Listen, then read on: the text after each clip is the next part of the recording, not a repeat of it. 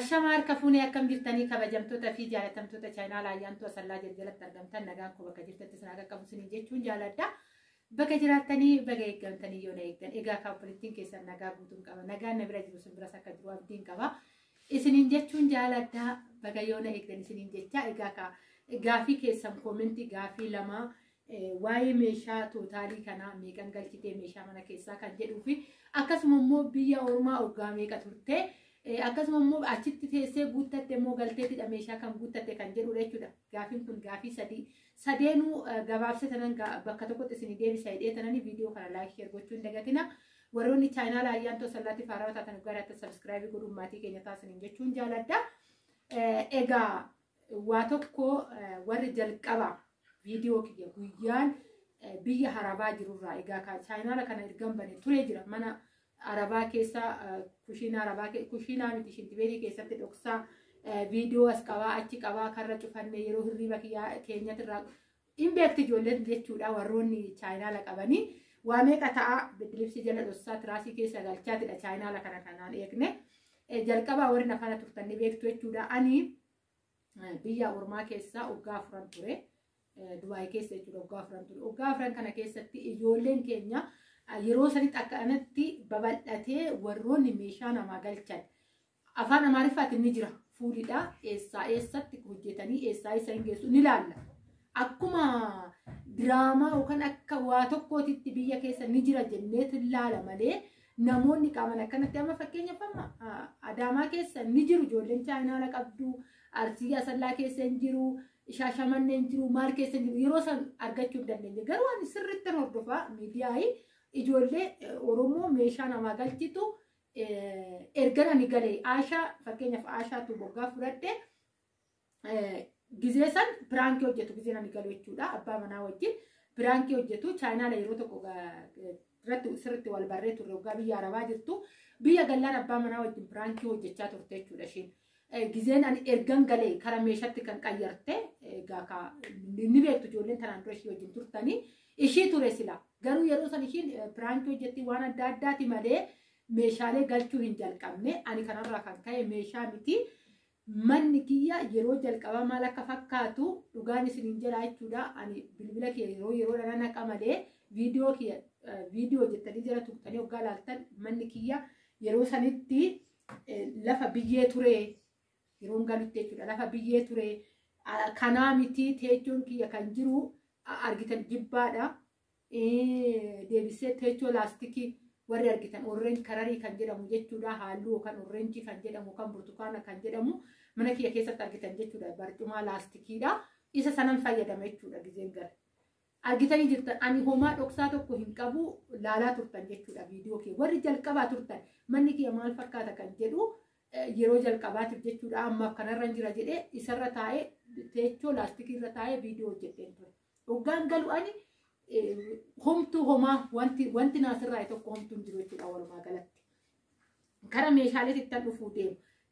Kanaafirraa kan ka'een yeroo qabdanitti waan qabdanirraa akkaawuntii keessanittis darbachaa yeroo wayii meeshaa keessan bitachaa yeroo wayii of yaadachaa kanan jedhu kanaaf aarsaa gurguddaan kafal qalbiitti isinitti fakkaatiin ergan galeeyanii hoggaadha. Wanni dhufu kun sadaasni dhufu kun hoggaadha jechuudha. Ji'a takkan naaf hoggaa guutuudha. Yeroo dhufu aarsaa gurguddaan kafale wanti hunduu bitaanatti galee manni kiyya misqilqil jedhee jira wanni naa hojjetame tokko hin jiru wanti bootaa naa qabe tokko hin jiru. Ani immoo jalqabee isinitti himee kubbaayyaa takka yookaan maankaa takka biyya arabaatii qabeen galleeyan. Ani kaargoo sin goone meeshaa kaargoo godhe sin qabu shaanxaa kiyya immoo totadheetoo galee shaanxaa kiyya keessa akkan hin soomne ansoolaa nan qaba ansooladha. Haati manaa yeroo fidattu natti bareennanan isaayyuu kafana baay'ee waan hin qabneef shaanxaa kiyya keessatti hin kafalle jechuudha. Fan shaanxaan kiyya tirfii waan ta'eef shaanxaa lama ayyamamu xiqqaa wajjin 3 kanaafuu uffata kiyya wajjin walitti qabee ansoola ta'e wayii fidadhee dhufe jechuudha. Ansoolawwan asitti guutanii jiru. Isinitti argisiisatan ture. Koofartii ta'e bidilibsii ta'e waan hundaa ta'e jechuudha asitti gallaa. Ani maankaa takka qabeen gallee garuu maankaa bituun aarsaa si gaafata. Maaliif gaafa galtee akkatti wanti hunduu afaan banee si eega. Baasin afaan banee si eega wanti gadi baatu wanti bakka hin baa malee wanti ol dhufu hin jiru. Dhugaan isiniin jedha amantanis amanuu baattanis jechuudha. Viidiyoo haga dhumaa dhaggeeffadha. Haga maaltu ta'a akkanatti nan baraayii biyyattii tanatti immoo achi dadhabee dhufee san ofirra deebi'ee deema hagan jirutti argame. Ayyaantu har'a ayyaantu jabaattee dhaabbattee mana ofii sirreeffatte kana hin ilaalina. Yeroo jalqabaa baay'ee bitaanatti ta'e. Dhugaan isin hin jira maaliif wanti hunduu gaafa birrii fuutee baate birrii dhalaalta malee hin jiru. Wanti birrii akkatti fuutee baataa baay'istee baataa boorsaa fuutee baataa feestaali xiqqoo wayii qabdee galta. Itti baruun dadhabe maalan godhe tooftaa waan meeshaaleetti isiniifan dhufaa haala gizee galtanii karuma kootan gadi cufadhe. Isuma jibbaa sanirra taa'a. Baay'izawwee algaan hin jira ka mana keessa garuu saalooniin koo jechuudha. Saalooniin nama jibbisiisa akka amma meeshaadhaan taxaabbabee kanaa miti. Sisurura bakka mana meeshaan keessa hin jirre jechuudha. Jibbaa kiyyaa fadheen of dhaggeeffadhe. Hojii waan hunda dhiiseen of dhaggeeffadhe. Maal godhuun qaba? Hoo maal godheen biyya ormaa sana fee dhala koo wajjin mana koo wajjin taa'ee akkamittan jireenya koo fooyyeffachuu danda'a kan jedhu. Ani immoo baay'izawwee nama hojiitti amanuudha. Nama harka namaa eeggachuu hin dandeenyedha. Nama ofii kiyyaa hojjetee nama ta'uu barbaadu malee nama tikashaa namaatti hirkatee jiraachuu gonkumaayyuu hin beeku. Tokkoffaani guddinni koo dhiibbaa natti uumee jira. Haadha malee guddadhee gaafa harmee koo irraa layyaamu daa'ima xiqqishuu ta'ee nyaata bilcheechuu jalqabe. Sanumatu sammuu kiyya keessatti dhufee nama fayyadan jedha malee namni naa fayyadu jechuun keessa kootti hin guddanne. Inni dhiibbaa guddaa waan irratti qabuuf ani akkan kophaa kootti jiraadhu akkan ofii kiyyaa waan hundattuu dhimmamu waan akkasitti of ilaala jechuudha. Kun baay'izawwee ani nama miidha malee nama hin fayyadu. Maaliif ilmi namaa tokko of cinaatti waa wanni jechuu qaba malee jechuudha. Kunis akkuma jiru ta'ee karaa meeshaa kiyyaa ittiin deebi'a. Ofan dhaggeeffate. Gaafa nuuf dhaggeeffadhu maali? Odoo lukkuu fidee hoo kan jedhu nan laalee lukkuu gaafa fiddan immoo lukkuu manni keessan oddoon keessan bal'aa ta'uu qaba. Lukkuun gaafa baay'atu shittaa qabdi waa baay'ee qabdi. Ogeessa nan mari'achiise. Ogeessi wanta jiru natti himee kanarra hidhee warii fidee warii argaa turtan jechuudha hundi keessanu. Warii san fidee algaa ta'ee miti. Dhugaan isiniin jedha. Warii jabbiloota jalatti argitanii jirtu. Saa argitanii jirtanii isaan waan inni fakkaatu. Dhugaan isiniin jedha saani bakka dhaluudhaa ka'e jechuudha ni gatatu. Gaafa gatatu hoo qarshii guddaatti bahe nyaanni waan xiqqaa miti kiilota kittiin birrii 24 bitamte jechuudha nyaata isaanii. Kan hunda nyaachisaa as margi hin jiru. Ani akka jirtu Adaamaa keessadha margi hin jiru galabaa nyaachista bishaan dhallaafiftee nyaachiftaa kanuma hin dhaabata wanna biraa wanni fuudhanumtu hin jiru jechuudha. Kuni qormaata tokko wanta baay'ee chaalenjii baay'ee ni jira. Yoon akkam godhe wayya yoon kara qonnaatitti qotaatoo ofii kiyyaa waa tokko sochaasee kan jedhuun immoo maalan godhe qonnan ciraa qabe jechuudha. Qonna maaliin godhe lafa nan bitee lafa ofii maatiin haga tokko ani baay'ee maatiin irraa illee haga tokko lafa baay'ee bitti lafa akka daa'ima tokko itti qarqii takkaadha jechuudha kan qabu ishiisan akkuma jirtutti taatee lafa cinaatti nan bite. Lafa bitee maalan godhee lafa qonnaatiin bitee gaafa nan qota jedhu nan laale. Maalini ayyaantuun kaate kan jettan itti isin dhufaafan. Ka'umsa kiyyaan isin itti isin dhufaafan.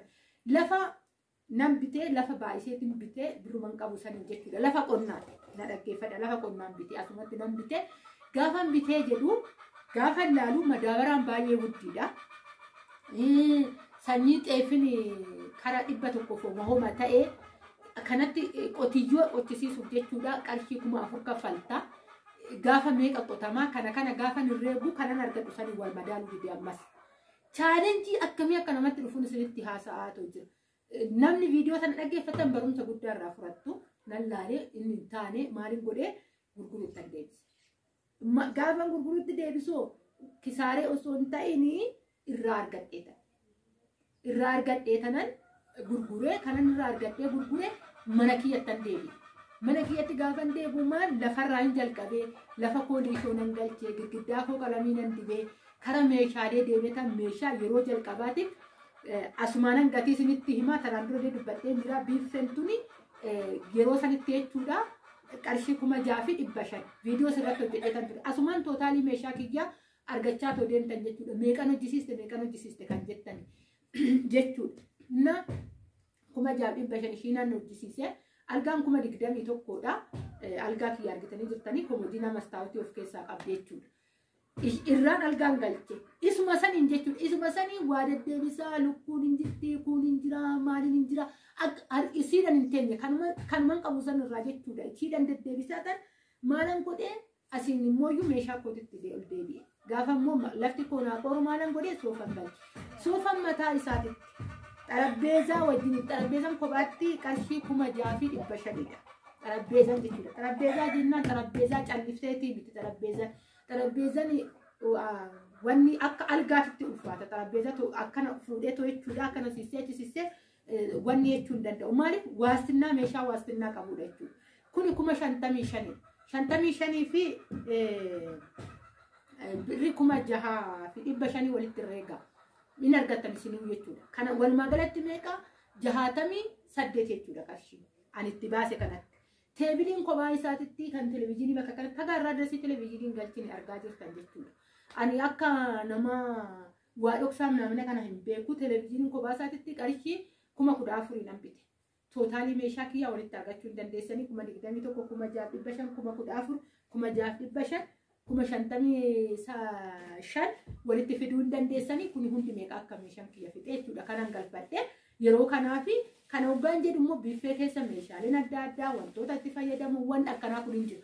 Haguman waa gurguree wanni argaddu fakkeenyaaf lukkuu buuphaashii gurguree argaddu burcuqqoo bishaanii bitaa. Gaafa mooyyuu waa keessaa argamu didde maankaa bitaa. Akkasitti jireenya koo mo'adhe. Isiniin jechuun jaaladha. Warroonni akkamitti biyya teessee bittee moo asitti teessee hojjisiistee naan jettanii gaafa lukkuun baay'ee buuste kara burcuqqoo. Gaafa xiqqoo buuste kara maankaa. Gaafa immoo jiddu galeessa buuste waan akkasii mana keessa immoo asbeezan hin jira. Kuni wal qabatee jireenya koo akka mo'adhu na taasisee jira. Ani nama callisee taa'uu miti argitaniitoo jirtan ani lafa biterraa lafan baasodee boloqqee qotee boloqqeen baay'ee kiiloo 30 baatee kiiloo 30 40 nan gurguree baay'ee naa baate jechuudha. Kana qarshiitti hoggaan jijjiiru ishii saniinoo maaliin godhu waa'een bitadha mana kootitti hidhee tanan teechiseetoo jira jechuudha. Na fayyadde moo nan fayyadne na fayyadde kanaananii jireenya tooftaa malee jireenyi dhiibdee gaaradha jireenyi gaaradha. Ani waan ani isin dhaamu jiraate taana. Chaalenjiin ani arge kana ol arguu dandeessan gaafa galtan.